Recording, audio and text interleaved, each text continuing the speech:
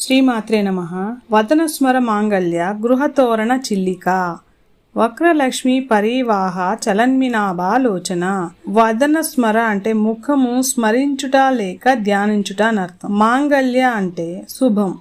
గృహతో అంటే కుటుంబానికి సంబంధించినది అని అర్థం. రణ చిల్లిక అంటే గొడవలు లేదా భేదాభిప్రాయాలు ఛిద్రం చేయు లేదా తొలగించు తల్లి అని అర్థం. వక్రలక్ష్మి అంటే భావములు గల ముఖము, ప్రాపంచిక సుఖాలు గల తల్లి అని అర్థం. పరివాహ ప్రవాహము కలిగినది.